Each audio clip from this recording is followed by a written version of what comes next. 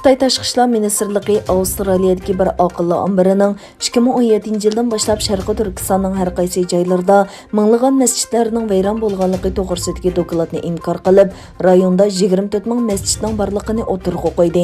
Avstraliya strategik siyosat tadqiqot o'rni juma kuni doklad e'lon qilib, Sharqiy Turkistondagi 16 mingga yaqin masjidning Xitoy hukumatining siyosatiga asosan 2017-yildan boshlab vayron bo'lganligini yoki ig'ir buzilganligini o'tirg'a qo'ydi.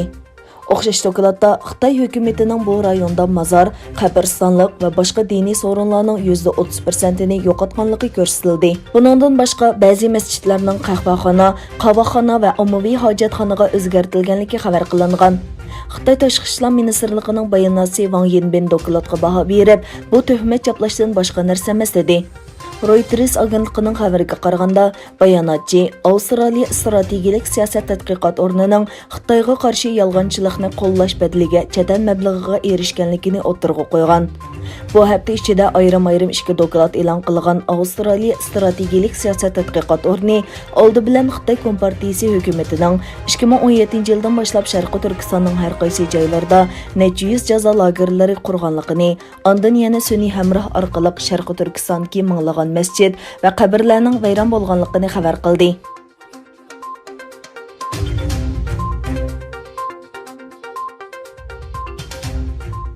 Yaponiya bosh kabinetining katibi Katsunobu Kato Sharqiy Turkistondagi kishilik huquq tafsandichiligini andisha ichida ko'rsatayotganligini aytdi. Yaponiya hukumati Xitoyning Sharqiy Turkistondagi bostirishlarga qarata andishlarini ifodaladi.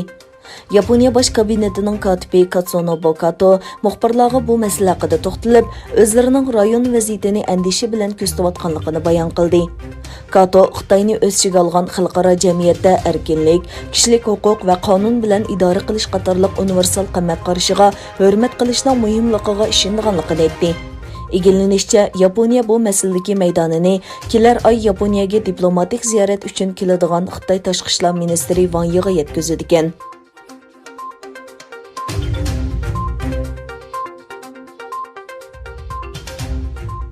Xitoy hukumati Uyg'urlarga irqiy qirg'inchilik elib berish bilan ayblanayotgan mezgilda Xitoy bosh sekretari Xi Jinpingning atalmish Xinjiang siyosati butunlay to'g'ri deb aqlishi nopozli xalqaro taratqularda keng inqaz qo'zg'adi. Xitoy rahbari Xi Jinpingning Kommunistik partiyaning atalmish Xinjiang yig'inida qilgan so'zida tarbiyalash markazlari nomida o'tirg'a qo'yilgan bu siyosatning partiyaning yangi davrda atalmish Xinjiangni boshqarish strategiyasining butunlay to'g'ri ekanligini, buning uzun muddatlik usul bo'lishi kerakligini o'tirg'a qo'ygan. Xi Jinping mundaq degan: atalmish Xinjiang xalqini Xitoyni tushunish uchun tarbiyalashga va ularning to'g'ri ko'z qarashga ega qilishga kafolat qilish kerak. Birlashgan Davlatlar Tashkiloti va nurg'unlagan xalqaro ommaviy tashkilotlarning dokladiga qaraganda, Beijing hukumati Sharqiy Turkistonda 3 milliondan ortiq Uyg'ur va musulmon ostonliq millatlarni atalmish tarbiyalash nomida yig'ilish lagerlariga qamagan.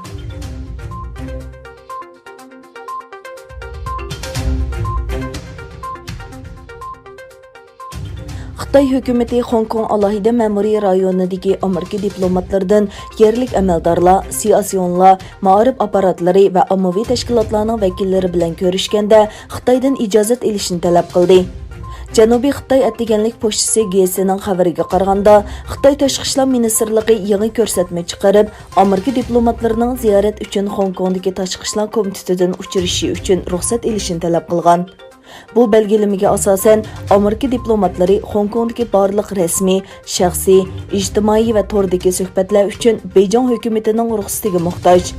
Mo'ljallanishcha, bu yangi belgilama Amerika Tashqi ishlar ministrligining 9-oyning 3-kundagi belgilamasiga o'xshab ketadigan bo'lib, Amerikadagi Xitoy diplomatlarining universitetlarni ziyorat qilishi va elchixona sirtidagi 50 dan ortiq odam qatnashadigan faoliyatlarga qatnashishi uchun ruxsat olishi talab qilingan.